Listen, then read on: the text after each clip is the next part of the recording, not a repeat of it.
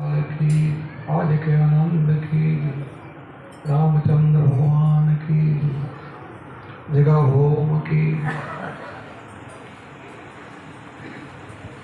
आज अपने मोरानी अंदर भक्तिशाला आश्रम भादरवा सुद पूनम हम तो अपने लगभग आज लगातार 10-12 दिवस थया अहीं रोज अपने आश्रम में सत्संग होय छे।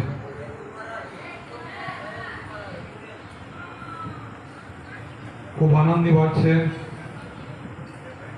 10-12 दी थया जेटला गामना भाईओ बहनों रोज हाजरी आपे छे। 11:30-12 आपणे रोज उगाड़ीए छीए। आज पूनम छे એટલે આજ બધાએ થોડાક વધારે આનંદ કરજો। આપણે ગુરુ પૂર્ણિમા એક આપણો મોટો તહેવાર હોય છે। પછી આપણે દરેક પૂનમ અહીંયા વાયક આપણે ગોઠવેલું છે અને બધાને આપણે વાયક આપીએ છીએ। ગામો ગામથી જે ભાઈઓ આવે એને બધાને આપણે પહેલેથી જ વાયક બધાને આપેલું છે, કોઈ પહોંચે કોઈ ન પહોંચે। એટલે આપણો આશ્રમ एक सुंदर मजानो एक आपणो अजायबी स्थल बनवानुं छे।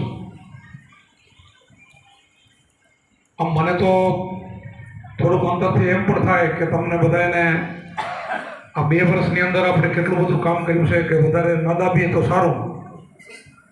એટલે આપણે નાનું કામ કરવા જતા મોટું થઈ જાય છે। અત્યારે આપણે એક નાનું એવું મંદિરની રચનાની વાત થઈ હતી, પણ પછી બધાએ ભાઈઓ મળ્યા કે આપણે આરસીસીનું મંદિર બનાવીએ તો એનું આયુષ્ય હોય 50 વર્ષનું। સિમેન્ટ કાંકરી લોખંડ એનું આયુષ્ય 50 વર્ષનું હોય। પથ્થરનું આપણું મંદિર બનાવ્યું તો 1000નું આયુષ્ય થાય અને ફરક 10-15 લાખનો ફક્ત પડતો હતો। એટલે બધા ભાઈઓ થોડીક મેજર ઉઠાવી અને આજ મોટો ફાળો તમે બધા પ્રેમથી આપી રહ્યા છો। खाली एक दातरणामांथी ज मने एवुं छे के लगभग 6 लाख जेवो तो आसपास 5.5-6 आसपास आवे। तो गामो गामथी बधे फाळो अत्यारे नोंधायेलो ए प्रमाणे तमारुं एक सुंदर भव्य मंदिर बनशे। एमां आपणे आपणा त्रणेय भगवानो कुंभाराम बापू, संभाराम बापू अने जीतुबा बापू आ त्रिमूर्ति मंदिर आपणे बनाववानुं आ काम अत्यारे करी रह्या छीए। जेटला काम आपणे कर्या એટલા मैं कोई ताणे कोईने काम करवानी વાત નથી કરી, માંગણી પણ નથી કરી ક્યારે કોઈના પાસે નહીં। છતાં અમારે આશ્રમનો મુહૂર્ત પાયું થયું ત્યારે બાબુભાઈ કે મારે આવડો મોટો વિશાળ ગેટ બનાવવો છે। તો આપણે સુંદર મજાનો આપણે ગેટ એમણે બનાવ્યો। પછી પણ જેનો ભાઈઓની ઈચ્છા થઈ પાણીનો ફરક બની ગયો। ચબૂતરો પણ આપણે રમેશભાઈએ સારામાં સારો બનાવ્યો અને પછી आ रसोड़ा में 3-4 दातरो थईने रसोड़ू बनाव्युं। पछी आ शेड पण मोटो आ 15-16 लाखने खर्चे कोई मोटो शेड बनावी नाख्यो। हमणां आपणे बहु मोटा काम थई गया अने हवे आ धार्या प्रमाणे तो आपणे गाम घणा अने आपणो शिष्यो घणा थोड़ो थोड़ो फाळो करो तो मंदिर पण बहु सारुं भव्य मंदिर बनवानुं छे। अने पछी हालमां 10 लाखना खर्चे सरकार में अपने जमाड़वानुं शेड बनशे। पछी हमणां कोई मोटुं आपणे काम नथी। पछी तो आपणे सदाव्रत तो ऑटोमेटिक आवशे। आज हाले छे ने अंक्षेत्र एमां तो तमे आटला बधा छो एटले एमां ऑटोमेटिक आवशे।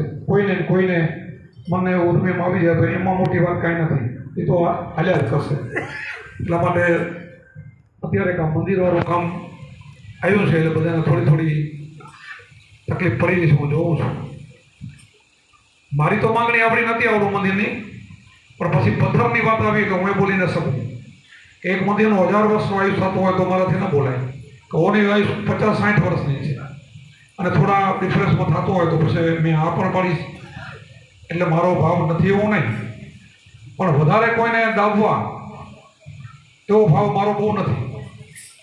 अमारे अहींया मंदिरनो मुहूर्त थतो तो अहींया गई पूनमे मारा सामे ईश्वरभाई शिवपुराना बैठा सीधा डायरेक्ट एने 2 लाख ज बोली दीधा। પછી તેથી પણ આપણને મારા અંદાજ પ્રમાણે કાંઈક 9 લાખનો તો ફાળો તે દિવસે આપણે થઈ ગયો હતો. ઘણાને આપણે બોલાવ્યા નતા, એટલે મંદિર બહુ સારું બનશે ને પછી આપણે એ શેડ બનશે, થોડો ઘણો આ શેડને લાંબો કરવાનો છે. આમાં હવે આપણા માણસો બેસી ના આપતો તો બધા જેટલા આપણે સત્સંગી છે બેસીએ કે એવો શેડ આસન બનશે. પછી ધીરે ધીરે આશ્રમ તો અહીંયા તમને નાનો પડશે, આટલી જમીન પણ તમને ટૂંકી પડશે, કારણ કે આપણી વધતી વેલ વધી રહી છે. દી નથી ખાલી જતો કે આપણે અહીંયા આપણા સત્સંગમાં 15-20 માણસો આમાં ન જોડાતા હોય, રોજ જોડાય છે. આજે પણ એવા કેટલા બધા ભાઈ બહેનો જોડાઈ ગયા, 2-3 વખત ઝૂંપડીમાં અમે લઈ ગયા, બધા બેઠા, ઘણા ઉપદેશ લે છે. એટલે અહીંયા તો રોજની સંખ્યા વધે એટલે 12 મહિને ઓછા થાય એવા 2-4 માણસની સંખ્યા સત્સંગની વધે છે. એટલે આપણી વધતી વેલ છે, ખૂબ વધે અને એમાં આપણે ફાયદો છે. શું કામ? 5 પૈસા મેળવવા માટે આપણે નથી વધારતા, એના આત્માનો ઉદ્ધાર કરવા માટે, એની લક્ષવાથી છોડવા માટે. આવું તો આ તો કલ્પના નથી, આપણે આ તો કલ્પના બહાર થઈ રહ્યું છે. આપણે તો એક જ વાત હતી કે ગામો ગામ ફરવું અને સત્સંગ લઈને જવો અને એને હૃદયને ભાગ જગાડવા અને એને લક્ષવાથી છૂટે, જીવોમાંથી કેમ છૂટે, કેમ આમાં બહાર નીકળે, આથી વ્યાધિ ઉપાધિના ત્રિતાપથી કેમ બહાર નીકળે, એ જ ગતિથી આપણે દોડ્યા છે. અમે 25-30 વર્ષ દોડ્યા સ્વખાતે, કોઈની ટિકિટની દક્ષિણાની. ત્યારે આવું અમારું સપનું નહોતું, આવું અમે કરશું ને આવું બનશે ને એવું કોઈ સપનું નહોતું. અમે તો એક ધ્યેયથી કામ કરતા હતા કે કોઈ બી માણસનો એક જ એનો ઉદ્ધાર કરવો, અને સંતોનો તો તારે ઉપર ભાર હોય, ગમે એ રીતે એને ઉદ્ધાર કરવો. અને આપણને પરમાત્માએ લક્ષ્મી આપી હોય એને સારા કામમાં આપી તો એને તો એનાથી ઘણી પરમાત્મા આપે છે. પાછું એ પાછું નક્કી રાખવાનું કે દાન છે ને આપણે સારી જગ્યાએ વાપરીએ તો એ અગણિત ઘણું આપણને પરમાત્મા આપતો હોય. જ્યાં ત્યાં નહીં, જ્યાં ત્યાં આપણે ઉડાડી નાખીએ એમાં ઘણા આપે. અહીંયા તો ઘણા ઉડાડતા હોય છે, પણ આ તો તમારે માર્ગે છે કે આપણે જે કાંઈ વિનોદ હારે માર્ગે વાપરતા હોય એને પરમાત્મા આપે છે. પણ લક્ષ્ય આનો નહીં રાખવાનું, એ દીધું વાપરો એ જુદી વાત છે, પણ આપણે એક જ હેતુ છે કે આપણે એક દિવસ નહીં પણ એક શ્વાસ આપણો ખાલી ન જવો દે ભજન વિના, એવો અમારો હેતુ છે. હરદમ પહેલું જ કોઈક દીકરીઓ કોઈક કહેતા હતા, હરદમ જાગીને હેતે ફેરે તો મટી જાય દિલના અંધારા સાધુભાઈ, ફેરો ફરી નહીં. હરદમના 2 અર્થ થાય, હર રોજે થાય અને હર એક શ્વાસ પણ થાય.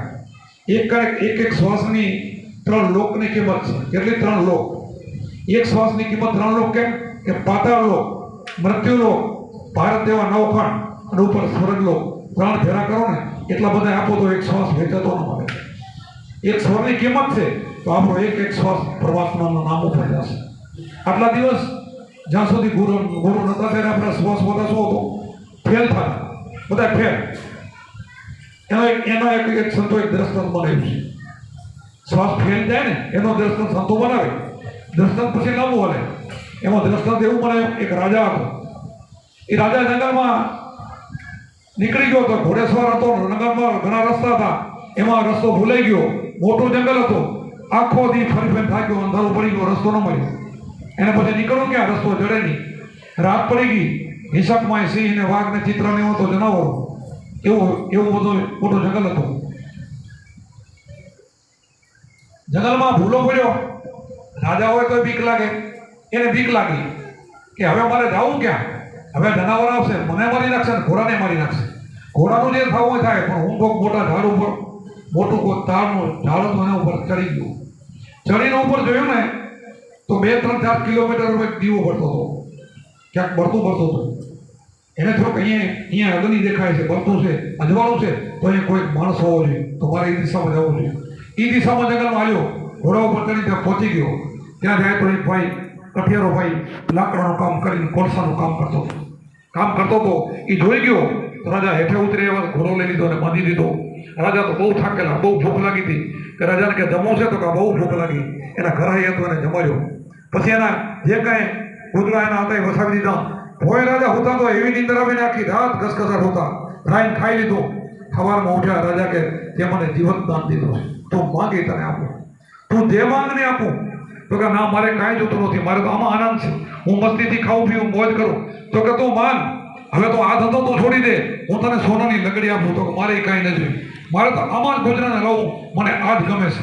હું તો આ જંગલમાં કોલસા કરું અને એ પછી કોલસા ગામમાં વેચ્યો અને એ કામ કરું છું ને લાકડા વેચો, બીજું મને ફાવતું નહોતું, બીજું મારે ગમતું પણ નથી. રાજાએ ઘણો બધો આગ્રહ કર્યો. ત્યારે એને કીધું કાંઈક માન. તો મને થોડુંક એમ થાય કે તું મારું માન્યો, તે મને આશરો દીધો છે, જીવતદાન તે મને આપ્યું કે આજ મને જનાવર મારી નાખે, તો તું મારા પર કાંઈ નહીં માંગતો? ના, બીજું કાંઈ નહીં, પણ એક શરત છે, મારે અહીંયા કદાચ કોલસા બધો ખૂટી જાય ને તેથી મને ઝાડી આપજો, જંગલ આપજો. તમે રાજા છો તો તમે એટલું આપજો, આ ખૂટે ત્યારે આવીશ. પછી ચોક્કસ આવી તો આવીશ કે. પછી અહીંયાથી રાજા નીકળી જાય અને રસ્તો બતાવે છે, રસ્તો બહાર કાઢી દે છે, પછી એના રાજમાં જાય છે. પછી ઘણા વર્ષો પછી અહીંયા જંગલમાં બધા કોલસાનું કામ ખૂટી ગયું. એની ઘરવાળી કીધું કે તેથી રાજા આવ્યા હતા તેમ ત્યાં જાઓ ને, હવે આપણે કોઈ જંગલની માંગણી કરો તો ફરી આપણને જંગલ દે તો આપણી જિંદગી નીકળી જાય. તો કે હા, હવે જવું પડશે. આ ભાઈ ત્યાં ગયો તો એના માણસો એને રોક્યો. તો કે ભાઈ ફલાણો માણસ છો, એક દી રાજા મારા ઘરે રાત રોકાણા હતા, એમને કયો. તો ભાઈ તે રાજાને કહેવાય કે રાજા ધોળીને આવ્યા, ધોળીને એને બથલીને ભેટી પડ્યા અને ભેટીને ઘરે લઈ ગયા. એને આશ્વાસન દીધું, એને પગ હાથ પગ ધોરાયા, એને નવરાયો, એને સારા કપડાં આપ્યા, એને રોક્યો 3 દિવસ. મારે રોકાવું નથી, ના તું મારો મહેમાન, તને જવા ન દઉં. પછી એને કીધું કે આ તિજોરી છે ને, આમાંથી ધનની લગડી સોનાની તને જોઈએ લઈ લે. તો કે ના, મેં તેથી તમને કીધું તો અમારે કાંઈ જોઈએ જ નહીં, મને જંગલ આપો, હું કોલસા કરીને ખાઈ, મારે બીજું કાંઈ જોતું નથી. તો રાજા એના ઉપર રાજી થયા અને શું કીધું, પ્રધાન કે આપણું ચંદનનું જે 5 એકરનું જંગલ છે ને એને ત્રામાને પત્ર લખી દીધું. 5 એકરનું એને ત્રામાને પત્રે એ જંગલ લખી દીધું. વિચાર કરો કે એ જંગલની એક ઝાડની ચંદનની કેટલી કિંમત હોય, એ ભાઈને કાંઈ ખબર નથી. એને તે કોલસાથી જ કામ હતું. રાજાને એમ કે આટલું આપી દઉં તો 1 કરોડપતિ અબજોપતિ બની જાય, અને મારે એને ગમે તો શું ખાવું આપવું છે. પછી ત્યાં ગયો તો એના ઘરવાળીને લઈને વાંધીઓ ભરીને એમાં નાખી દીધો. ખવારમાં તો એ કાપીને કોલસા કરવા માંડી ગયા. થોડોક સમય થયો, રાજાને એમ થયું કે હવે મળી આવો મારો ભાઈબંધ, હવે તો બંગલો બનાવી નાખ્યો છે. હું જાય તો અડધું તો એને કોલસા કરી નાખ્યો, કાનું પટ કરી નાખ્યો. એટલે રાજાએ કપાર ખૂટીને કે આ તે શું કરી નાખ્યું? તો કે બાબુ કેમ તમે કપાર કેમ ખૂટો? તો કે આ ચંદન કહેવાય. ચંદન? તો ચંદન એટલે શું? ચંદન એટલે તને ખબર નથી? તો કે ના, મને ચંદનની કાંઈ ખબર નથી. તો કે એક ડાળ તો કાપી આવો ને મારા કાન લઈ આવો. એટલે ડાળ કાપ્યો, પછી એના ટુકડા કર્યા. પછી પોતે એક થેલી લઈ આવ્યા, મોટી આ થેલો ભરી નગર શેઠને ઘરે જાય, તું બીજે ક્યાંય ના જાય, કોઈને ઘરે તારે જવાની જરૂર નહીં. પછી તું આ એક ડાળખાના તને કેટલા પૈસા મળે તો એ તને ખબર પડે કે ચંદનની શું કિંમત હોય. પછી આ તો ગામમાં જો નગર શેઠના ઘરે તો 6 મહિના સુધી રાશન ખાય ને તો એ નખૂટે એટલું બધું રાશન ને પૈસા બધું એને આપી દીધું એક થેલીની અંદર. તે પછી એ પોતે કપાર ખૂટીને એ પણ રોવા માંડ્યો. પછી એને પસ્તાવો થયો. એમ એની એક વાત નથી, આપણા બધાની વાત છે. આપણે જ્યાં સુધી ગુરુ નતા કર્યા ત્યાં સુધી આપણો શ્વાસ છે ને, પ્રેમચંદનના ઝાડવા તારા દેહમાં રોપ્યા. આ પ્રેમચંદનના ઝાડવા છે, શ્વાસ ને ઉશ્વાસ છે ને એ પ્રેમચંદનના ઝાડવા છે. એની આપણે કોઈ કિંમત નથી કરી. આપણે ગુરુ નતા કર્યા ને તેથી આપણા શ્વાસના આપણે બધા કોલસા કરી નાખ્યા હતા. એક શ્વાસની કિંમતની ખબર નથી. આ હમણાં કોઈ ઉપદેશ લીધા ને અત્યારથી લાગ્યા આટલી ઉંમરમાં જે 50 વર્ષ 40 વર્ષ કોઈને 30 વર્ષ એ બધા ફેલ ગયા, એ બાદલ ગયા. આ ઉપદેશ લ્યો તેથી તમારો નવો જન્મ છે. આ શ્વાસની એટલી બધી કિંમત છે, એને પણ સમજાણું. આપણને પણ જ્યારે કોઈ સંત મળી જાય કે આ શ્વાસની કેટલી કિંમત છે ત્યારે સમજાય. એટલે કે આપણે એમાં કોઈ ફરક નહીં, આપણે એમને એમ છે. એટલા શ્વાસના બધાય આપણે વેડફી નાખીશ, બધા શ્વાસ આપણે ખોટા વેડફી નાખીશ. પણ ગતે ક્યારે લાગે સદગુરુએ ચરણે જાય ઉપદેશ લે, જેદીથી ઉપદેશ દે ને ઉપદેશ લે તેદીથી એનો નવો જન્મ કરાય. તેદીથી એનો નવો જન્મ. પહેલાનો બધું ગયો, અહીંયાથી જ એનો નવો જન્મ, અહીંયાથી જ એની મુક્તિ, અહીંયાથી જ એનો ઉદ્ધાર. એટલે આપણે પણ તમે બધા અહીંયા બેઠાનો ભાગશાળી છો. બીજી શેની કિંમત નથી ને એટલે આની કિંમત છે. એટલે એને જાળવવું. આને ગમે તેમ થાય તો આને નથી વેરફવાનું. બેરો તો ડગે પણ મનના ડગે નહીં, ભાગી પડે ભ્રમણ. આવું બધું હોય. વિપતું પડે ને તોય વણશે નહીં, વિપત કદાચ આવે ને તોય વણશે નહીં, આને છોડે નહીં. આની એટલી કિંમત છે. પૈસાની કિંમત નથી. ગમે એટલો કરોડોપતિ હોય ને ગુરુ નથી કર્યા ને તો એ 84માં જવાનું છે. એ કરોડ રૂપિયા ફેરા નહીં લઈ જાય, કોઈ નહીં બંધાવે. અહીંયાથી ગયા પાસે સુખી માણસ હોય, હસાઈ ખીચામાંથી બધું કાઢી લેશે. હાથમાં કાંઈ ગરાણું ફેરવવું હશે ડોકમાં એ પણ કાઢી લેશે. કાંઈ નથી રહેવા દેવાના. તો શું ફેરો લઈ જશે? કાંઈ ફેરો નહીં હાલે. જે ફેરો લઈ જવાનો છે એ તમારી જોડે છે. એને સમજી લો, આ શ્વાસની કિંમત સમજી લો, એના ભજનને સમજી લો. એટલા માટે આ સંતો એવી વાણીઓ બનાવી છે કે આ વાણી આપણે અત્યાર સુધી ગાવી એક કે સુરગણી વાણી આવી, બધી દુર્ગુણ આવી આધ્યાત્મિક. હવે એને કોણ સમજે? ગુરુમુખ એ સમજે. કોને તો કાંઈ ખબર નથી. ઓલા જે વાણી કરે બધી વખાણી કરે, એને સુરગુણ કહેવાય. વખાણની જરૂર છે. વખાણની ક્યાં જરૂર છે? કે એના જીવનના વખાણ કરવાના છે. એનું જે જીવન છે ને, આપણે રામને, કૃષ્ણને, મહાવીરને, બુદ્ધને, આપણા કુંભારામને જેટલા સંતો થઈ ગયા ને જીવન શું કામ વખાણી છે? કે એણે જીવનનો એક એક શ્વાસ આમાં ખર્ચી નાખ્યો છે. લોહીનું ટીપે ટીપું આમાં ખર્ચું છે. એટલે એના જીવનને આપણે વખાણી છે. એટલે એના વખાણ કરી છે. બાકી કોઈ વખાણ કરવાનું નથી. એટલા માટે વખાણ કરી છે. તમારા પણ કાલ કોઈ વખાણ કરે. શું કામ કરશે? કે તમારું જીવન સારું હોય. ફલાણા ગામમાં તો ભગત હતા, સંત થઈ ગયા ને ભાઈ, એના ઘરે કોઈ બી નીકળે તો રોટલા વગર જાય નહીં. એના ઘરે એનો આશરો મળે એવા ભગત હતા. અને એના ઘરે તો સંતો તો હોય જ. આવી જે વાતો થાય ને એના વખાણ કર્યા પાઠમાં. મિલકતનો શું વખાણ કરવાનું? મિલકત તો કરોડોનો અબજો રૂપિયા લઈને ગયા, એમને એમ ગયા, કાંઈ નથી લઈ ગયા. સિકંદર રાજાને તમને ખબર છે? રાજા સિકંદર ને મુકંદર બે ભાઈબંધ હતા. સિકંદર રાજાને કેવડું મોટું રાજ હતો. એણે કોઈ માણા પાસે એક પૈસો ન રહેવા દેવો. તેના દોકડા હતા ને, એ મોઢામાં કોઈના દોકડા હોય તો એ પણ કબરામાંથી કાઢી લેતો હતો. એ બે ભાઈબંધ હતા. પછી નોખા પડ્યા. એમાં મુકંદર સંત બની ગયો, મહાન સંત. ને સિકંદર રાજા હતો.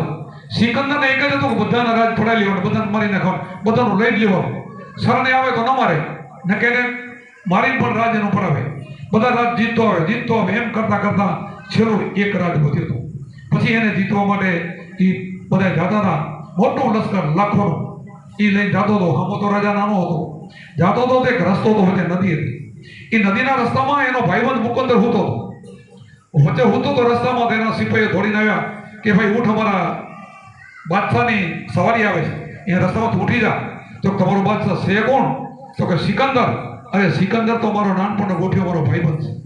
અરે એનાથી શું ઉઠું? એને કહી દો કે તારો ભાઈબંધ રસ્તામાં ઉઠું. અરે ઉઠ ગાંડો, તું તો થયો તો સિકંદર કેવડો બાદશાહ. તો કે આવે ને ઓળખું, તમે વાત તો કરો. એટલે એને વાત કરી કે તમારો કોઈ દુકાનદારનો મિત્ર છે, ભાઈબંધ નાનપણો? કે હા. તો કે રસ્તામાં હું તો ઉઠતો નથી, હાથીની સવારીમાંથી હેઠે ઉતરે છે, આવીને એને મળે છે, મળીને બે ઘડી બે વાતો કરે છે. હવે આને તો એને તારવો તો બીજી વાત હતી નહીં, બીજી વાત એને કાંઈ સાંભળવી નથી. અરે મૂર્ખા, આમાં તારી જિંદગી ગઈ, કેટલા તું રાજ ભેગા કરીશ? હજી તો તારા મોઢામાં નૂર નથી, નૂર કે. અને મારો આનંદ જો, મારી મસ્તીદો તો જો, હું કેટલી મસ્તીથી જીવું છું. તારા કને આટલા રૂપિયા તો તને શાંતિ તો છે નહીં. એમ કરીને એને સત્સંગ કરીને સમજાયો. અત્યારે તારી મિલકત છે ને બધી, આ પૂર્વેનું તારો પ્રારંભ તો ખાસો કાલ નહીં હોય. બીજો જન્મમાં તને કાંઈ નહીં મળે તો 84માં જાય અને આ પાપોરા છોડ. આ કાંઈ રહેવા નથી તો ડોકરા ન રહેવા દીધા. આ શું ભેગો તો લઈ જાય? એમ એ વાતો કરતા એક ઝટકો લાગી ગયો. અને ઝટકો લાગ્યો અને હેઠો ઉતરી ગયો. સૈન્ય કે બધું સૈન્ય પાછો વળો, અને મારે કાંઈ ન જોઈ, આ બધું પાછો લઈ જાઓ. અને પાછા એ નગરીમાં જઈને એના છોકરાને ભેગા કર્યા કે હવે બસ મારે આજથી કાંઈ ન કરું. આ જેટલું છે એટલું હળવે ધીરે ધીરે દાન કરવા. દાન કરતા છેલ્લે પોતાનું આયુષ પૂરું થવાયું. મૃત્યુના ઘડિયા વાગવા માંડ્યા. છોકરાને ભેગા કર્યા કે મારો શ્વાસ તો ઉડશે, હું ફોન કરો તો શું? તો કે મારી આજે તમે ખબર જ બનાવવાના હોય, અમારે તો કાઢીને મને લઈ જાઓ ને, તે મારા હાથ બારા રાખજો.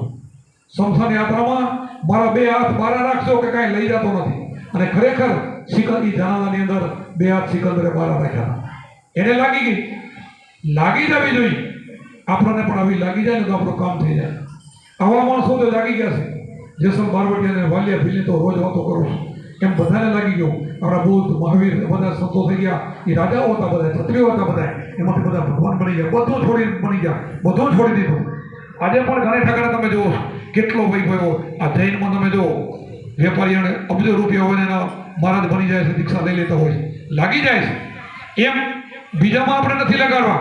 આપણે તો જે આ લાઈન દોરી છે આમાં લગાડવાના છે. ગ્રહસ્થી રહેવાનું, ઘર છોડવાનું નહીં. અને ઘરમાં રહીને ભજન કરતા આમાંથી નીકળી જાય ને આપણો આત્માનો ઉદ્ધાર થઈ જાય એવું આપણે શીખડાવવું છે. કંઈ આપણે સંસાર કોઈનો છોડાવવાનો નથી. આપણે સંતોએ કોઈ છોડાયો નથી. સંસાર ભરીને ભક્તિ કરવાની અને આમાંથી તમારો બેડો પાર થઈ જાય.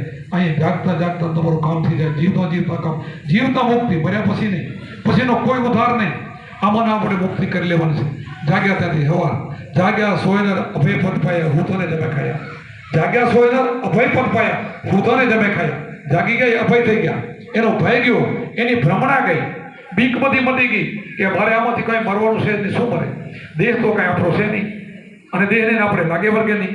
તો આત્મા શું? આત્મા જન્મ તો મળતો નથી, એવો એને ગુરુ બનાવી દે છે. એટલે અભય બની જાય છે, એની ભ્રમણા જાય, ભય જાય. તો આપણે પણ જાગી જવું જોઈએ. જાગ્યા ત્યાંથી હવા, જેથી જાગો તેથી હવાર છે, સમજી લો. આજ તમે ઉપદેશ લ્યો ને તો કાલે તમારો હવાર, નકર તો દિવસો બધા બાતલ જશે. કોઈને ખબર નથી ક્યારે આપણું આયુષ પૂરું થાય, ક્યારે શ્વાસ ઉપર તો ઉપર ને નીચો તો નીચું. શ્વાસ આવન જાય ને, એ આવે ને જાય, એમાં એ બહાર ભીતર બધે છે. કંઈ બહાર રહી જાય તો બહાર રહી જાય, અંદર રહી ગયો તો અંદર રહી ગયો. એવું છે, એની ગતિને સમજવા જેવું છે. એટલે એની ગતિ આપણે સંતો સમજાવે કે હજી સમજી જાઓ તો વહેલો, હજી કાંઈ બગડ્યું નથી. જેમ વહેલું સમજાય તો વહેલું કામ થઈ જાય. સંસારમાં રહીને ઘરના કામ કરતાં કરતાં, વ્યવહાર કરતાં કરતાં આપણી મુક્તિ થઈ જાય. ખાલી હાજ હવાર 20-20 મિનિટ, અડધો કલાક બેહીને ધ્યાન કરવાનું, આરાધના કરવાની, સ્મરણ કરવાનું, એમાં તમારી મુક્તિ થઈ જાય. કામ જે તમારો ધંધો જે કરતો હોય કરો, કોઈ ખોટ નહીં. જે કરતો હોય એની છૂટશે. રાજા જનક, આપણને ખબર છે, રાજ હલાયું અને વિધિ થઈ ગયું. રાજા જનક વિધિ, રાજ પણ હલાયું. અષ્ટાવક્રના ગુરુ બની ગયા અને 8 મહિના વાંકા હતા અને એનો ઉદ્ધાર કરી દીધો. પહેલાના કે એના કરે કાંઈ નહોતું. એને પણ એક દી સપનું આવ્યું હતું. સપનામાં ભિખારી બની ગયો હતો અને ભિખારી બની ગયો. એમાં કેટલાય બ્રાહ્મણોને કેદમાં પૂર્યા હતા. આ હાચો, ઓ હાચું. એમાં તો કેટલાને કેદમાં કરતા હતા, કેટલાને પૂરી નાખ્યા, હજારોને. તો તેને ખબર નથી પડી હું આમ છું. પણ જ્યારે 8 વર્ષનો અષ્ટાવક્રના ગુરુ થઈ ગયો અને મળી ગયો ને, એને કીધું ભાઈ તને સપનું આવ્યું ને, એમાં તો ભિખારી થઈ ગયો ને, એ સપનું એ ખોટું છે, તો રાજાસો એ ખોટું છે. એ રાજાસો એ 50-60 વર્ષનું છે અને સપનું એ ઘડીકનું છે. આ 2 સપના છે અને ત્રીજું છે, જાણી લે એમાંથી. ત્રીજાને તો ઓળખી લે ને તો તારો બેડો પાર થઈ જાય. આત્માને ઓળખી લે, એનો ઉદ્ધાર તારો કરશે. અને એને ઓળખી લે, અને ઓળખી લીધો. આ દેહ હોવા છતાં એ વિદેહી કહેવાય ગયો. વિચાર કરો. એમ આપણે પણ જનક વિદેહી છે ને, તમે વિદેહી છો. તમે સમજો ને એટલે સમજો કે દેહ મારો નથી, વિદેહી કહેવાય. કે જે મારા પણ જે કરે ને એ વિદેહી નથી. આનો દેહનો મોહ નથી રાખવો. આપણું નથી, આ ભાડુતી મકાન છે. આપણોમાંથી કાંઈ પણ નથી. અને બીજા બધા ભેગા થયા, આપણે રોડાનો બધે થયા છે. દીકરા દીકરીઓ, કુટુંબ, કબીલા, એ બધા પૂર્વના રોડાના બંધનથી આપણે ભેગા થયા છે. અને પછી અહીંયાથી ઉડ્યા ને એટલે આ વેલામાંથી 5 છૂટે ને એ ભવે ભેગો ન થાય. એ ક્યાં ને ક્યાં જાય. વળી અહીંયા નથી મળવાના. અહીંયા મળવું છે તો સત્સંગી છે ને, આ આત્મા જ્ઞાની છે ને, એ બધા ભેરા મળશે. એ રૂપ સમાસ, એ એક ઠકાણે જવાના છે. અને આ જગત બધું છે ને એક ઠકાણે નહીં જાય. એ તો 184 જશે, ક્યાંના ક્યાં ઠોકરી દેશે, કાંઈ પતો નહીં લાગે. એટલે વહેલેસર જાગવા જેવું છે, સમજવા જેવું છે. સમજી જાઓ તો જાગ્યા ત્યાંથી હવા. આજ સમજો તો કાલ હવા. પણ બીજું બધું ભરતો સરતો તમે ગમે એ કરશો ને તો એનાથી મુક્તિ નહીં થાય. કોઈ નામથી મુક્તિ નહીં થાય. કોટિક નામ સંસારમાં તેથી મુક્તિ ન હોય. આદિ નામ ગુપ્ત એ જાણે બી ના કોઈ. કોટિક નામ, 1-2 નામ ની કરોડો નામ, તો એ નામથી મુક્તિ નહીં. આ દેહ પછી જન્મ ધરીને નામ પડે ને, એ નામથી જ મુક્તિ નહીં. નામ લિયા તો સબ લિયા, સબ સાધન કા ભેદ. બિના નામે નરકે ગયા, પટપટ જારો વેદ. નામે પાતક છૂટીએ, નામે નાશે રોગ. નામ સમૂળ કોઈ નહીં, જપ તપ તીર્થ ને વ્રત. હવે આપણે તો જે કરીએ બધું આમાં આવી ગયું. કોઈ જપ કરતા હશે, કોઈ તપ કરતા હશે, કોઈ તીર્થ કરતા હશે. જપ તપ તીર્થ વ્રત, તીર્થ નહીં ને વ્રતે નહીં. આમાં કાંઈ ના આવ્યું. એવું નામ છે, એનાથી બધાથી નિરાલું નામ છે. અને નામ, અનામી નામ તમારી અંદર બેઠું છે. આ તમારા ઘટમાં રહ્યો આત્મા, એનું કોઈ નામ નથી. એ અનામી નામ છે અને એનું ભજન કરવાનું છે. અને એ જો ગુરુ એ શબ્દને પકડવાનો, એને ઓળખવાનું જે નામ મળી જાય ને, એ નામ ગુરુ પાસેથી મળે તો એ નામથી મુક્તિ થાય, બીજા નામથી મુક્તિ ના થાય. તો વેરેસર આપણે જાગી જવું જોઈએ. જાગ્યાનું કામ થઈ ગયું. આમાં જાતિપાતિ નથી. બધા જ ભજન કરી શકે. એવું નથી કે આ જાતિના ભજન કરી શકે. કોઈ આમાં જાતિપાતિ છે જ નહીં. અને જાતિપાતિ પહેલા હતી નહીં, પછી નહીં પણ રહે. જાતિપાતિ નો આધાર ન રહે કે આ જાતિનો જ ભજન કરી શકે, એવું ક્યાંય લખ્યું નથી. બધાય કરી શકે. મીરાબાઈ છત્રી હતી, એના ગુરુ રોહિદાસ ચમાર હતા. એના ભગવાનમાં લઈ લીધા કે બસ મારા લાયક આ જ છે, અમારા ભગવાન છે. એના ગુરુ બની ગયા. અને ઘર બાર બધું છોડી દીધું. તમે રાત પાર છોડી દીધું અને ભજન ન છોડ્યું. એને ભજનને પારખું લીધું. પારખી લીધું તો આપણે ભજનને પારખવું પડશે. આપણે પારખી લો ને તો કોઈને ઘર બાર છોડવાનું નથી. મીરાબાઈને તો શું કામ છોડવું પડ્યું કે રાણાજી કેમ ન કર્યું, એને ભજન ન કરવા દીધું. એને ન કર્યું એટલે છોડ્યું. એને કાંઈ ઘર બાર છોડવાનો શોખ નહોતો, પણ એની ભક્તિ છોડાવતો હતો એટલે છોડ્યું છે. આપણે તો ભક્તિ કરવાની બધાને છૂટ દે, એવું કુટુંબ મળ્યું હોય, એવું બધું આપણે સગુવાળું મળ્યું હોય, આપણને કોઈ કાંઈ નરગત ન કરતો હોય તો આપણે ઘર છોડવાની કાંઈ જરૂર નથી. અને તકલીફ હોય તો માણસ છોડી દેશે. તકલીફો સમાધાનમાં ન હોય ને તો એ પછી ઘરે છોડી દેશે. સાધુ થઈ જવાનું કારણ એવું છે, થઈ જાય છે. ઘણા બધા ભક્તો આવે છે, મને ખબર છે મારા ભૂડિકાથી ઘનશ્યામભાઈ આવ્યા છે. આધોઈથી મને એક માવજીભાઈ કહેતા હતા કે બે વાણી ઉગાવા દેજો, કોઈક વાત કરી દે મારે વાલીભાઈને. એટલે જે કાંઈ મારાથી ભાઈઓ હોય કોઈ વાણી એક વાણી છેવટ એક વાણી બોલો, બધાને લાભ મળે અને બધાની વાણી સાંભળો. અને પછી વળી ટાઈમ હશે તો વળી થોડોક સત્સંગ દેશે કોઈ લાગે, અમે તો વળી અમે દેશું. બોલો સત્ય ગુરુદેવ કી સનાતન.